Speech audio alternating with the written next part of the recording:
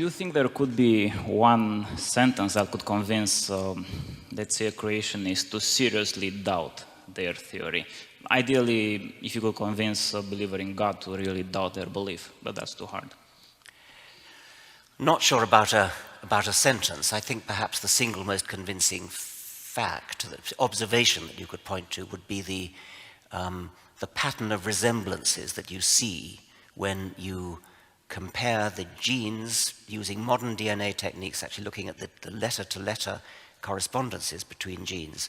Compare the genes of any pair of animals you like, pair of animals, pair of plants, and then plot out the resemblances, and they fall in a perfect hierarchy, a perfect family tree. And the only alternative to it being a family tree is that the intelligent designer deliberately set out to deceive us in the most underhand and devious manner. Moreover, the same thing works with every gene you do separately, and even pseudogenes that don't do anything but are vestigial relics of genes that once did something.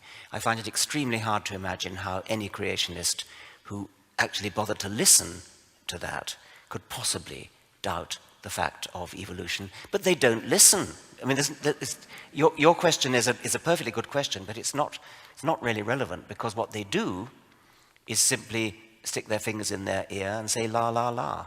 They know what's true because it's in the holy book.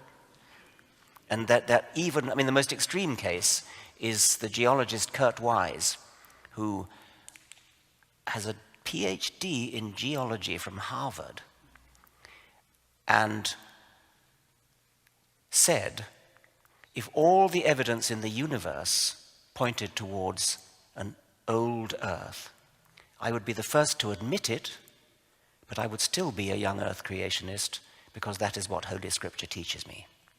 You cannot argue with a mind like that.